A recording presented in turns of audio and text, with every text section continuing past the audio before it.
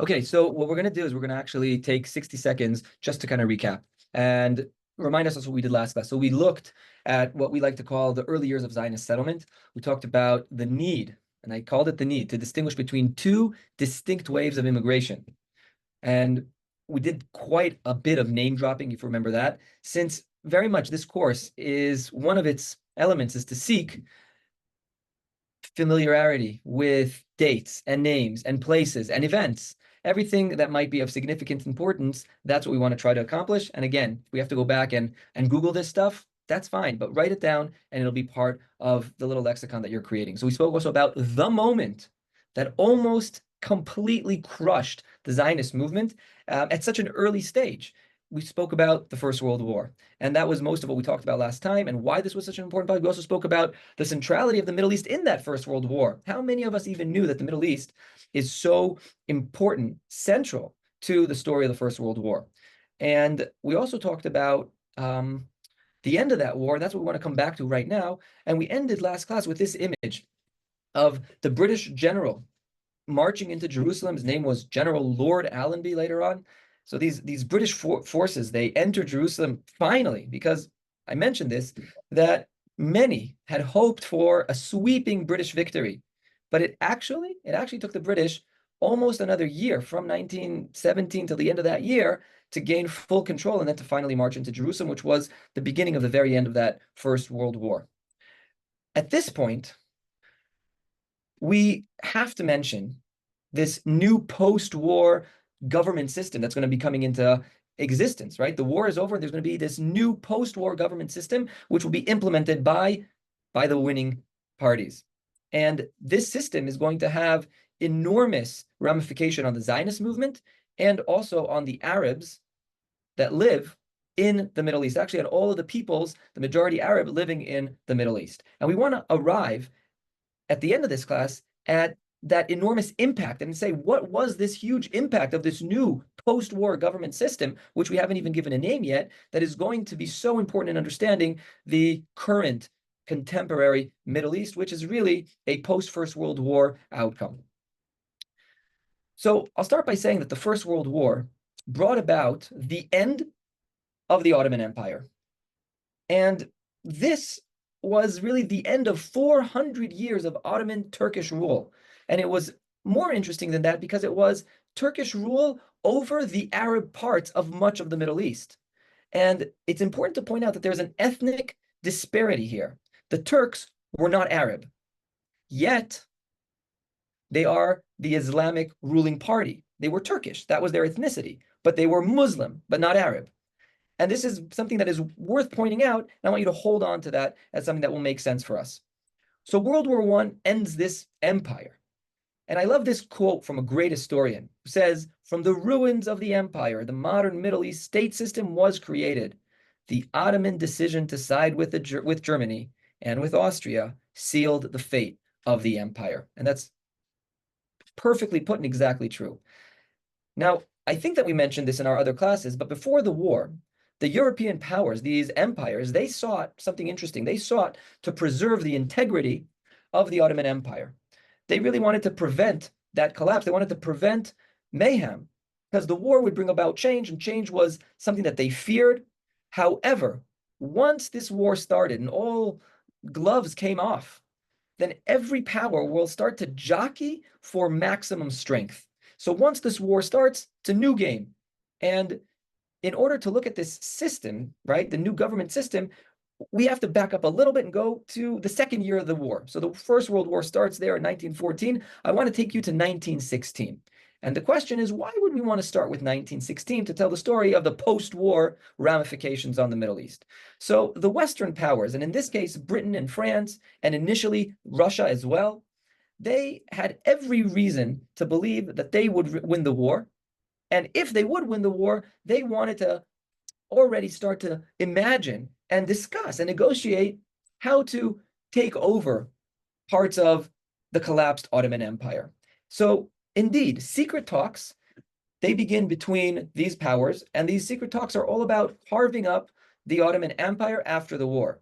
But they were doing this at a moment in the war where you couldn't actually figure out at this early point how this war is going to end. And yet they enter into these discussions. Now, the Russians and the French and the British, they all send their representatives and they sit in Europe and they have these negotiations over big maps. The Russians, they had their geographical, geopolitical interests, meaning what do they want to get out of this Ottoman Empire that's about to collapse. The French, they wanted Syria, right? They wanted also Palestine, the coastal plains. And the British, they wanted Iraq, or what would become Iraq, because they wanted the Persian Gulf, but they also wanted Palestine as well, Eretz Israel, the Holy Land. So there was a bit of, I would say, contention between these powers, but they entered into these discussions nonetheless. Now, what happened is something interesting. First of all, the Russians fell off. Why? Well, that's because Russia itself was overtaken by a revolution, and therefore they couldn't really take this whole negotiation seriously. They had bigger fish to fry at that point, and we're not going to go into the Russian Revolution as it starts to unfold towards the middle and then the second half of the First World War. So we're left with the British and the French. And these are the two men that would sit down and basically come out with an agreement. This was Mark Sykes, who represented Great Britain, and Francis Picot, who represented the French. Later on, as many of you know, this agreement would be called the Great Sykes-Picot Agreement. And in this agreement, the British actually negotiated probably a little bit better. They were able to establish a bit of a better outcome. The ports of Haifa and Akko, which the French wanted, the British ended up getting, but the French said, we'll take ports that are further up north, today's Lebanon. And they even had this idea that Jerusalem would be under international administration. And that is how they thought of what the war would bring and how it would end. Now, in the meantime, and this is crucial, the British would actually conduct another set of communications. By the way, this is the famous agreement. I put in the colors and stuff, but areas A and B, that's what I want you to look at. This is the map that they come up with, and it changes quite a bit. And if you compare these two maps, this is the idea that these two men had, Mark Sykes and Mr. Picot, carving up the Middle East into two sections. Later on, the state system would come into play, but the states would very much be according to their agreement. So that's the first piece of this whole very, very interesting discussion that goes on between the French and the British in 1916. Now, the British, like the British did, they also conducted negotiations with the Arabs. Now, what do I mean by that? Well, the British, because of their Indian interests, right? The jewel, which is India, and their incredible, I would say, investments, but they run India in so many ways. This is where so much of the British wealth is actually established at that point, and they need to maintain a clear way of getting to India. So the Persian Gulf is extremely important to them. But there was another thing, and this is something that is being written up more today. Maybe it's not so comfortable for some historians to talk about. Maybe people play this downplay this. However, it is something quite important, and we do find it in all the documents. So therefore, it has to be mentioned. And that is, the British were deeply, deeply concerned about something that, as I said, gets overlooked. And that is that the Sultan, the Turkish Sultan, the head of not only this empire, but the head of the Islamic world, this Sultan had appealed to the Muslims in his empire, or the Muslims of the world. And he had this idea that he would declare a holy religious war because he wanted the Islamic world to join the war efforts to win. And he claimed and he called out for a massive jihad against the British and the French. Now, the British are very nervous about this because they don't want that arena to erupt on them as well. So there was one other thing that is also very important, and that is that by 1916, we're almost finished with the second year of battle, and the sheer number, the toll that this had taken on the British and also the French army was really unprecedented. So many soldiers were really dying, but at no gain for any side. Read about the battles of Gallipoli and onwards. The war was at a deadlock. So the British, based on the deadlock and their interest in the Persian Gulf, and also their fear of this jihad, they are looking for an Arab Muslim ally in the Middle East to maybe start some kind of a revolution, a coup against the Turks, which would not be something simple. And maybe that could actually give the British some kind of an advantage. And maybe that's where the war would take a correct turn in their favor, in the British favor. So who do they turn to? So they turn to a very prestigious family. They are called the Hashemite family. Who was Hashim? Shim is the family of the Prophet Muhammad. This family claims to be direct lineage of the Prophet Muhammad, and therefore also the head of the family, kind of a king within this empire. He had a great and very important role. He was the ruler of the two holiest sites in the Islamic world, the sites of Mecca and Medina, that are obviously very, very important to the Islamic world. They are the custodians of these two cities. So they are an incredibly important family. And they appeal to this family, and this family actually is very open to hear what the British have, and a whole set of negotiations. Fascinating to see how these negotiations go on. And Hussein ibn Ali had his own demands.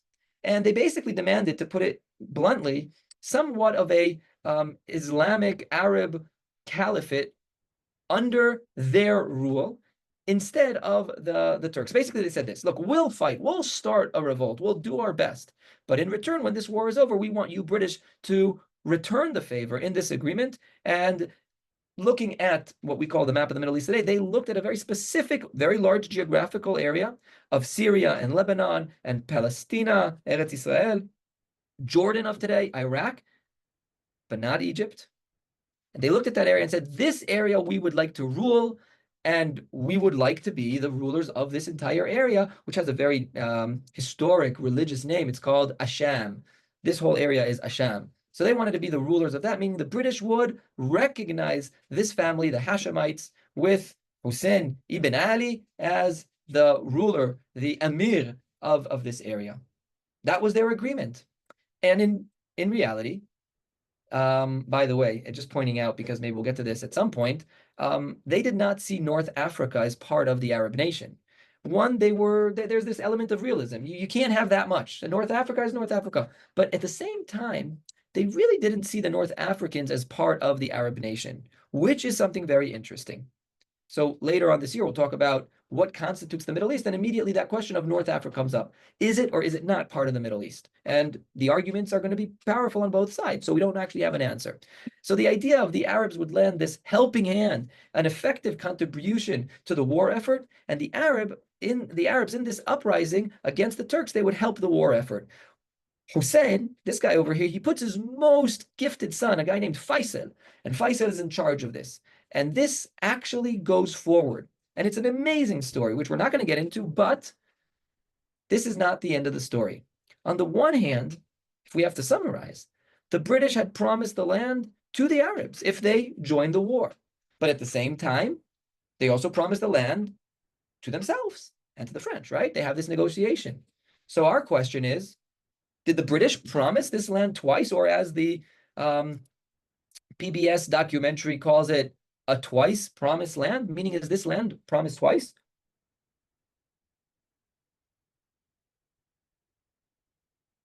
There would be many British historians and French historians, obviously, but even outside of that milieu, that would argue that this was really not a real discrepancy between these two promises.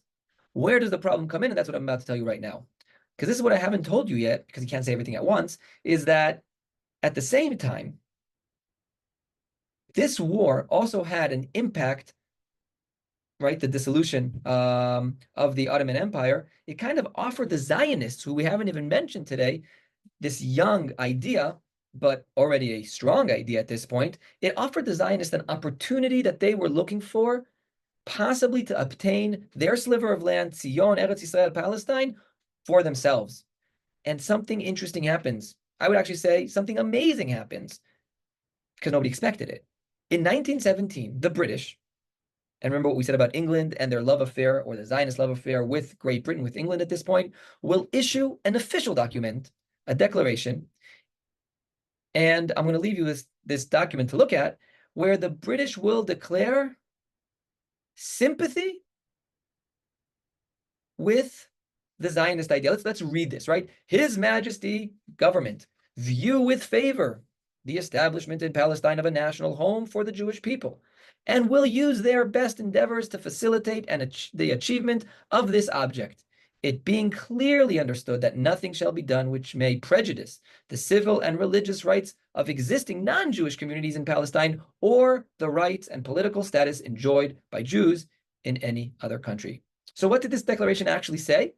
Well, It's a letter from the foreign minister, Lord Balfour, who was a Zionist, meaning not part of the Zionist movement, but he was a converted Zionist. He liked this idea. And he writes it to the leader of the Jewish community in Great Britain, Lord Rothschild. And the terminology is fascinating over here, right? View with favor, sympathy. It's something a bit less than outright expressive support and an endorsement. It's not exactly there. What exactly is a national home, this term that they made up? And whatever this national home, and this is crucial, this national home was to be in Palestine. But it doesn't say that it's the conversion of Palestine into a national home. These are two very, very different things. And this declaration noted that nothing shall be done which may prejudice the civil and religious rights of the existing non-Jewish communities in Palestine. Why is that funny? Because that we all know who this non-Jewish community is. It's the local Arab community that lives there. That is the majority, right? There is the sense that this is a declaration that is given to the majority power, but actually this is a document that is given to the minority group, and that we have to really pause and think about. So keep all those three documents.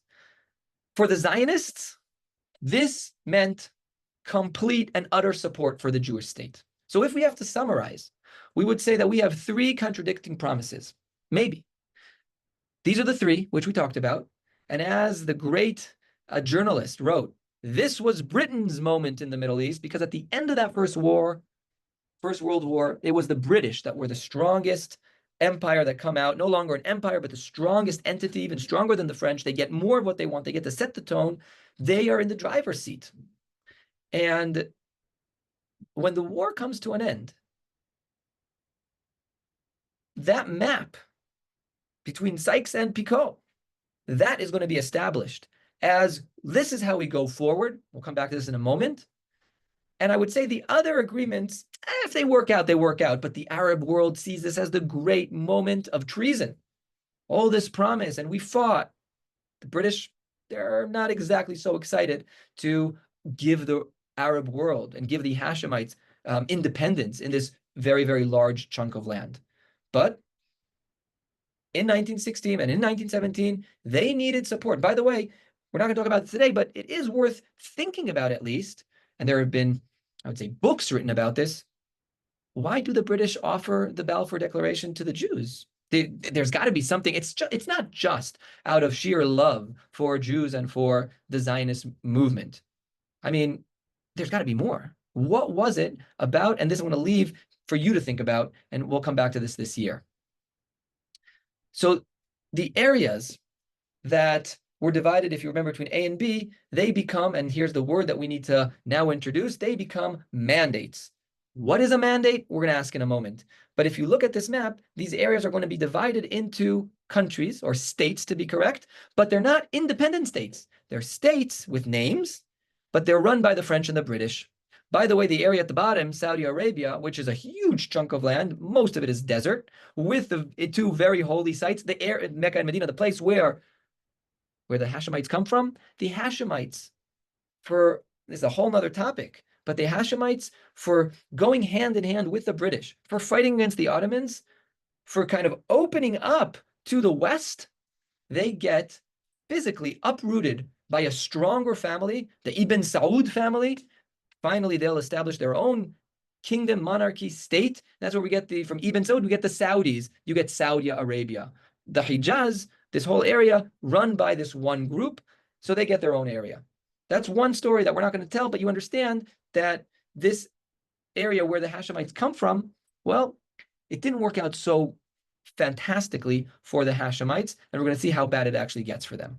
So we talked about the mandates. How do these things get established? How does this new way of dividing up this territory and ruling this territory? So there's a big conference at the end of the war. It's in this beautiful town called San Remo, and in April of 1920, they complete the conference, and they basically, I'm saying basically because it's not one for one, but they basically adopt the Sykes-Picot Agreement, and they start to divide up the Middle East, creating very interesting lines, which we're going to look at. That will be the last part of our class today. And they create this mandate system.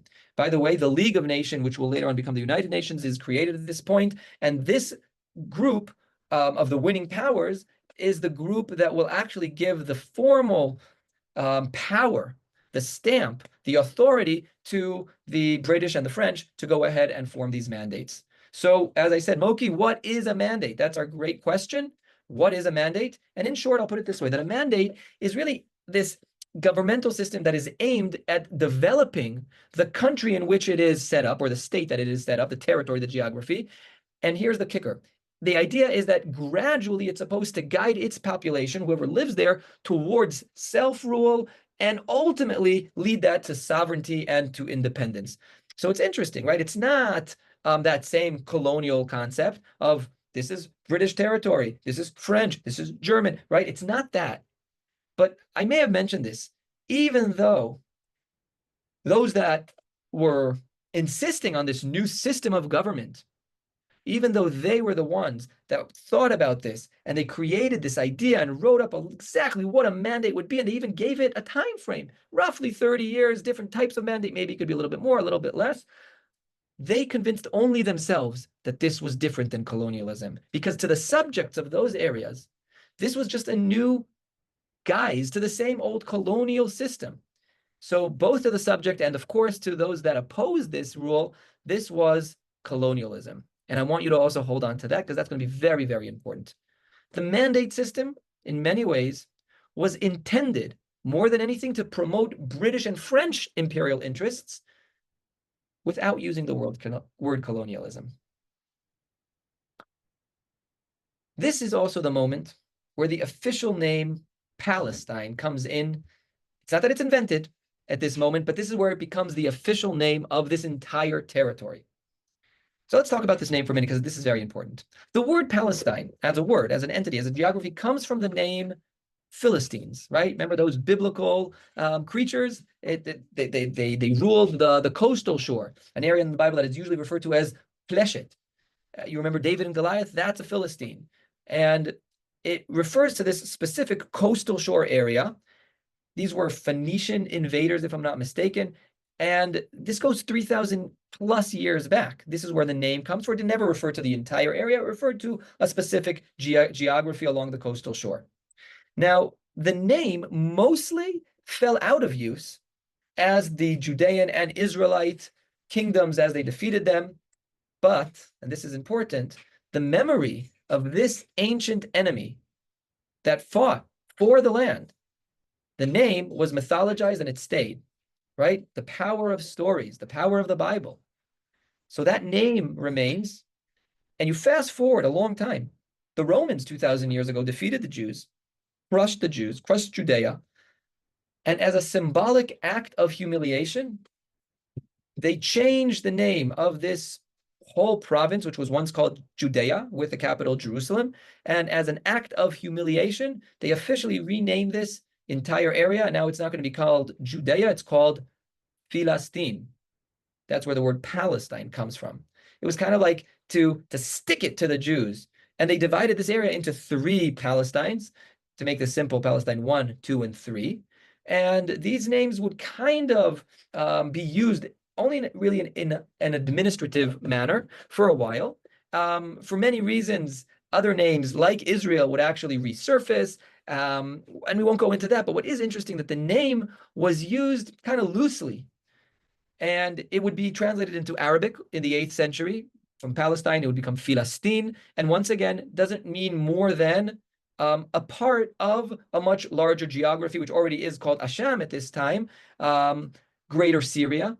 And part of Greater Syria, a little chunk of what we would call the land of Israel today, would be called Palestina. Sometimes it had 2 words, something Palestine. It is important that this word meant nothing positive or negative to its Muslim inhabitants for most of history. It was really just an administrative term that was used very often by cartographers and by administrators. And down into the Ottoman Empire, that period as well, 16th century, 17th century. And here's something interesting happened. The name Philistine or Palestine in its more European version would be picked up during the Renaissance. Why in European Renaissance is this name important? Well, it's kind of this revival of the interest in classical antiquity, if you like. And it would be used mostly by the educated elite to refer to this land. And it's really through this European influence that it was brought to the Arabic-speaking Christians of this area. And from there, it would actually also be used by Jews and by Muslims to refer to the land. What's amazing is that it was probably used before the British, but by all these scholars and also by governmental powers of that period before the British, because they liked the term because of its neutrality. Imagine that, the word Palestine, it was the symbol of neutrality. Who would have ever thought how things change? Both Jews and Arabs use this name, but at this point, the mandate over Palestine is created. Now, one of the interesting things to note is that from the very beginning, the Zionists that already have a formal head and they have different bodies, and they send a request and a delegation, and they ask that officially they change the name from Palestine to Palestine Eretz Israel.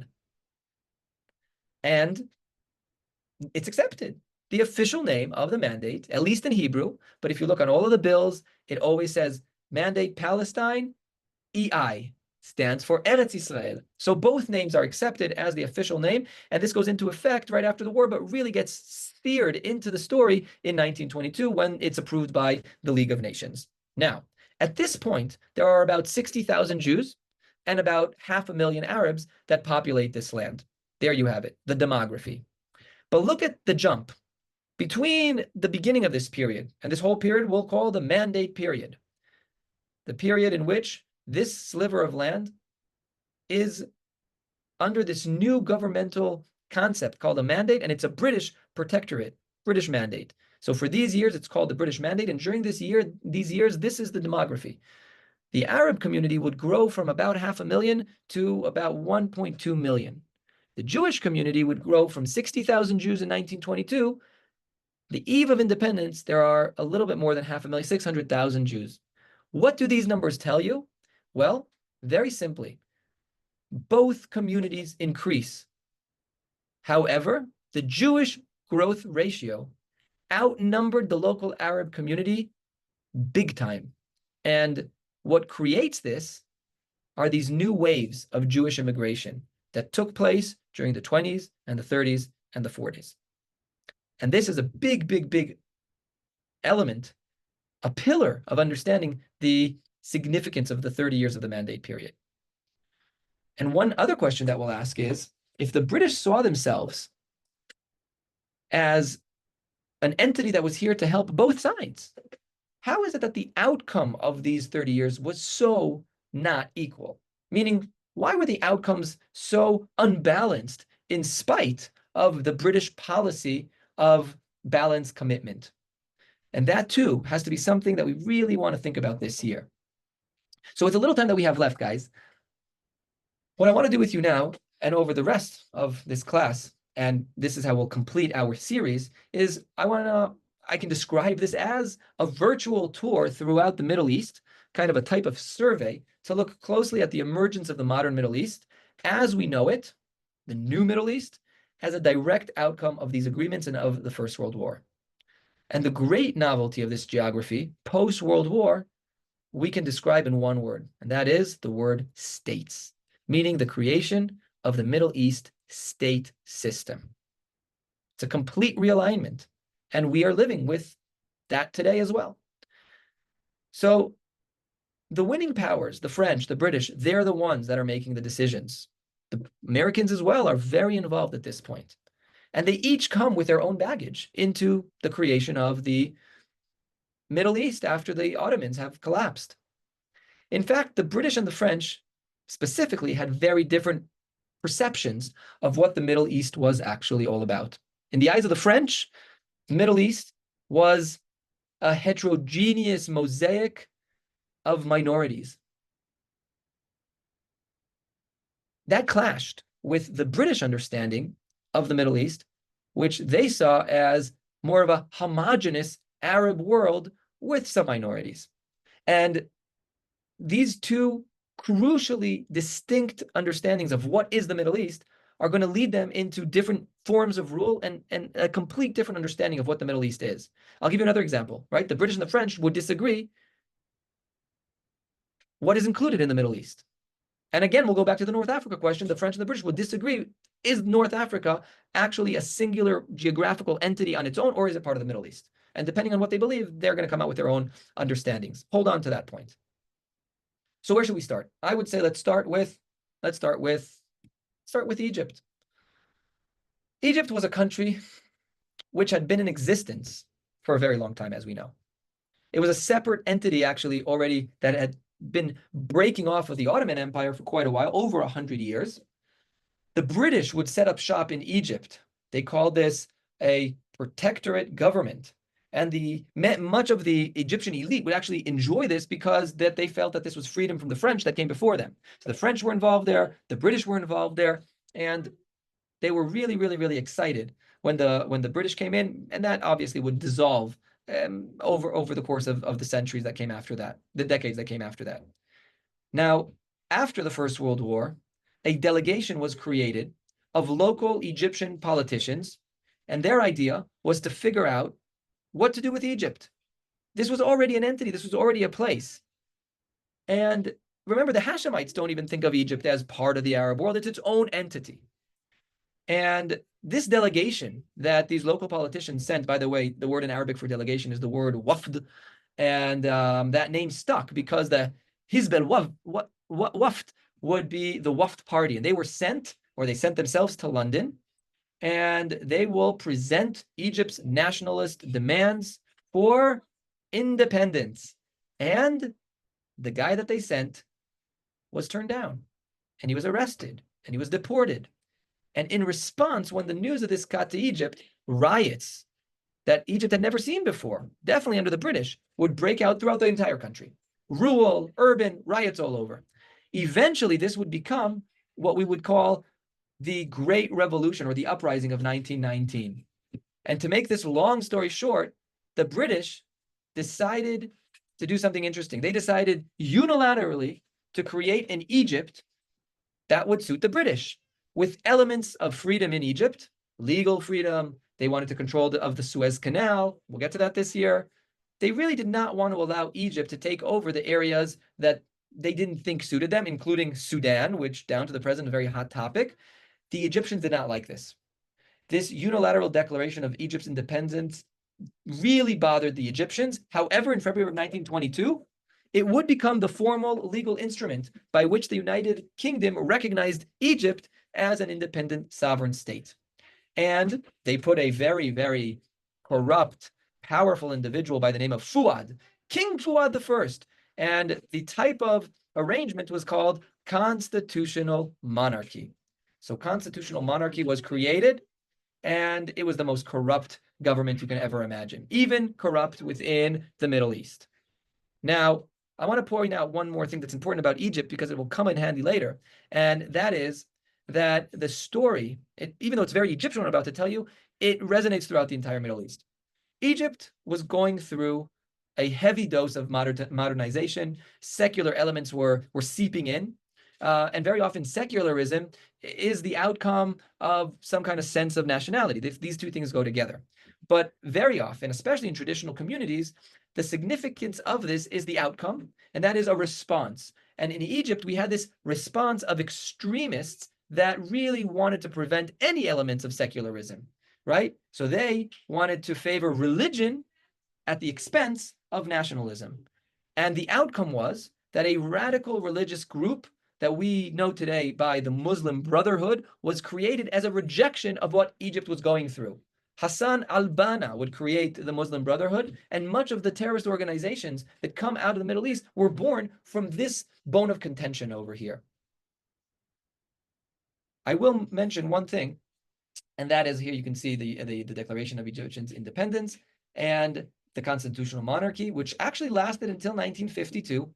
This concept of Arab nationalism is a direct kind of middle ground that would be found between the idea of secularizing and finding the Egyptian element within the country versus the religious element, and the middle ground, which becomes very popular, led by this individual over here, Mr. Nasser.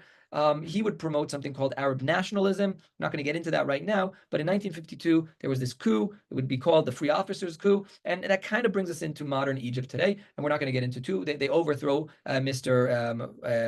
At this point, it's Farouk who takes over from Fuad, but at this point they get rid of the king, and now we're going to have something different, and that's really where we're gonna stop Egypt, the story of Egypt at this point over here. So let's move north. So we have a few minutes left just to complete this, and a very, very different geography, a very different geopolitical area, right? And this is different because we're moving all the way north to the area that we called Asham, the Greater Syria, and this area would actually be the area that would be divided between the French and the British. Now we're going to talk about the French and the British as they divide up the Middle East as we know it, and this is, as I said, different from Egypt. As opposed to Egypt, which was a very homogeneous population. The population of this area was heterogeneous. And by the way, down to the present, that's why these countries that would be formed, they really don't have this homogeneous element to them, but rather they are characterized by large populations of various different minorities, and it makes the state very, very difficult to run in this area, much different than what we'll see down in Egypt. By the way, the French were very well aware of Syria, that area. They knew the Syria. And the British, they were accustomed to ruling or being part of Egypt.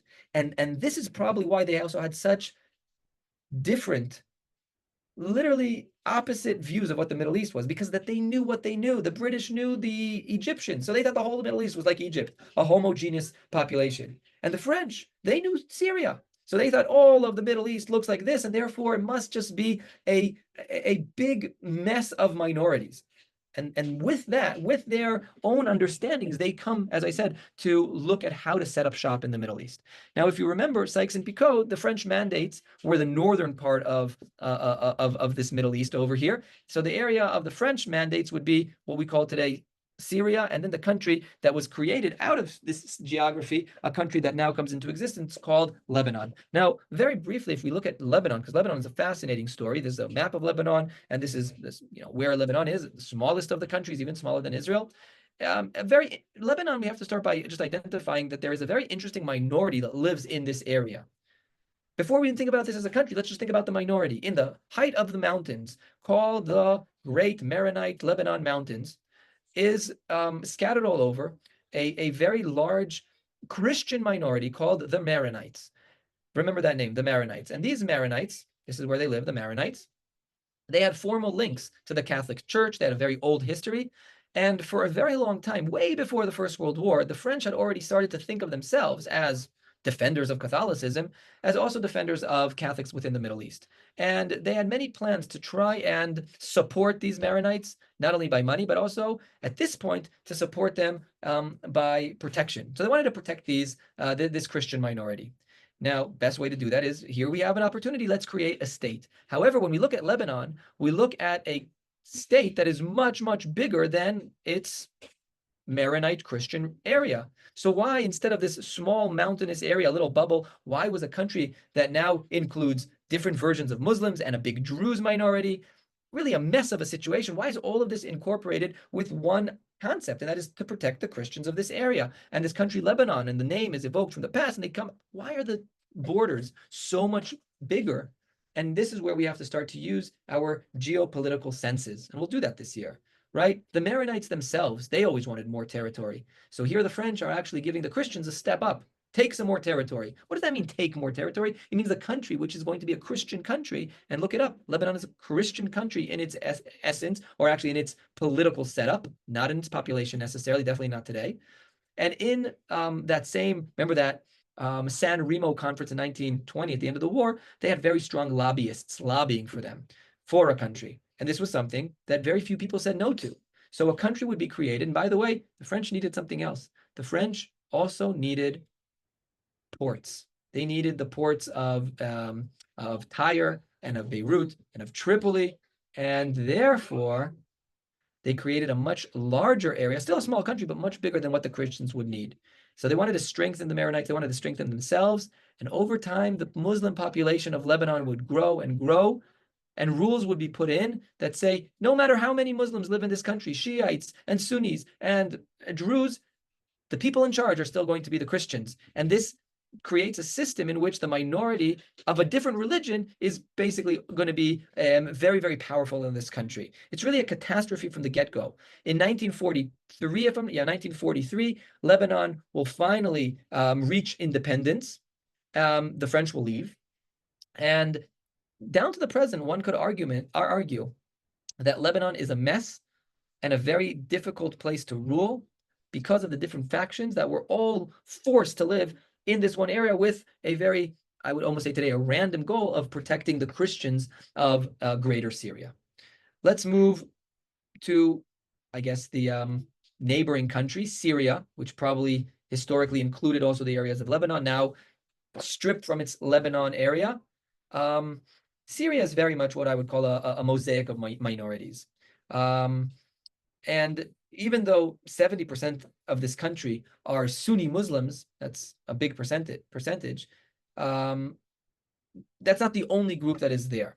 There's actually a very interesting group, of almost the least strongest group, the Alawites, and they're a breakaway group from Shia, and they make up about 10 to 12% of the population. There's a big Kurd minority, and these are groups that don't get along very well.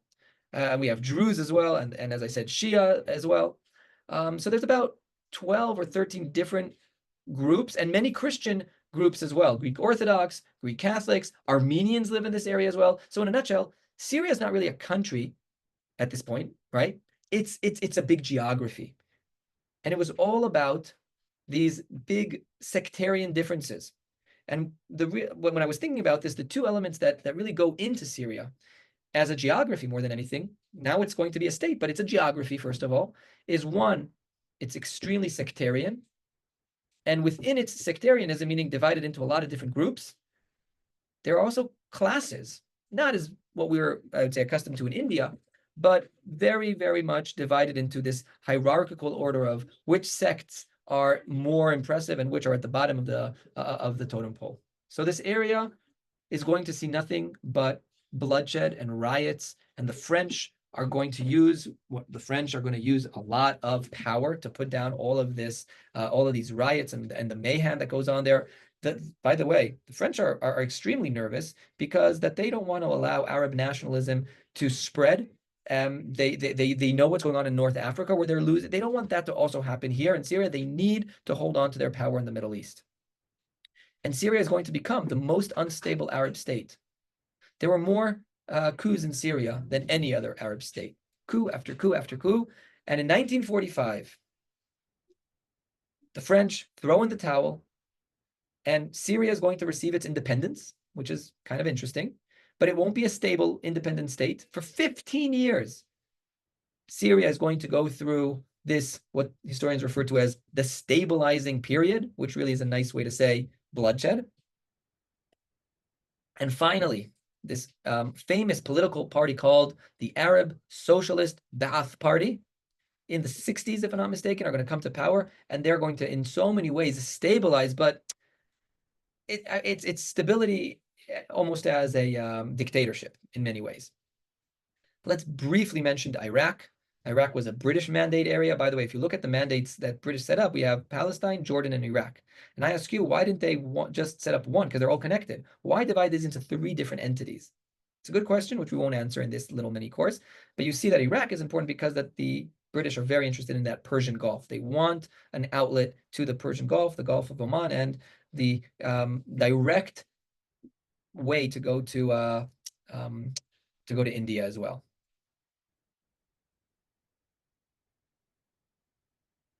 Iraq is in the historical Mesopotamia. Those remember that word, right? The area between the 2 great rivers, the Tigris and the Euphrates. But it's very dissimilar to what we saw in Egypt, where everything in Egypt kind of runs along the Nile. Here is a much more difficult area to rule because that geographically speaking, we have both valleys, we have mountains. It's a very, very large area. It is important to point out that Iraq was is the home of the second largest branch of Islam. This is where it's born, at least, right? Shia. which is the other branch, the smaller but very, very powerful branch of Islam, was born here with its holy cities of Najaf and Karbala and Baghdad. All of this is in Iraq. And this is where it becomes interesting and very, very, very, very complicated. We're going to do this very quickly so we complete this class. Remember the British and their promise to Mr. Hussein and the Hashemite family and his son Faisal, who fought.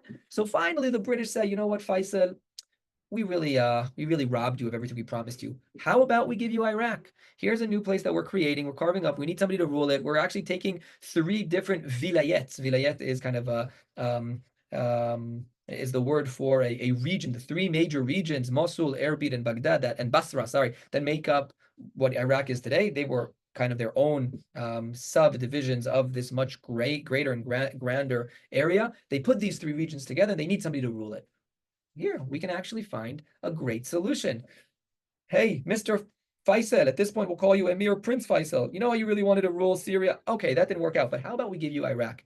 And that's exactly what happens. Mr. Faisal is invited to take over, right, the son of Hussein ibn Ali from the Hashemite. They call this the Hashemite arrangement.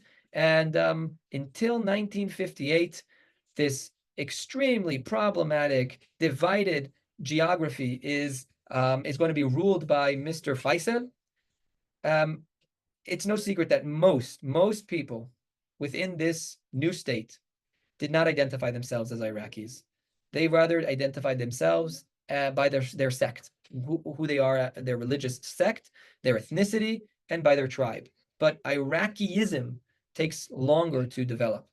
By the way, when Faisal steps, he'll die at some point, if I'm not mistaken, and right on his deathbed, he will actually say, or it's at least attributed to him, he'll say when he dies in 1933, there are still no Iraqi people, meaning I don't really rule a cohesive area of people. I rule a geography.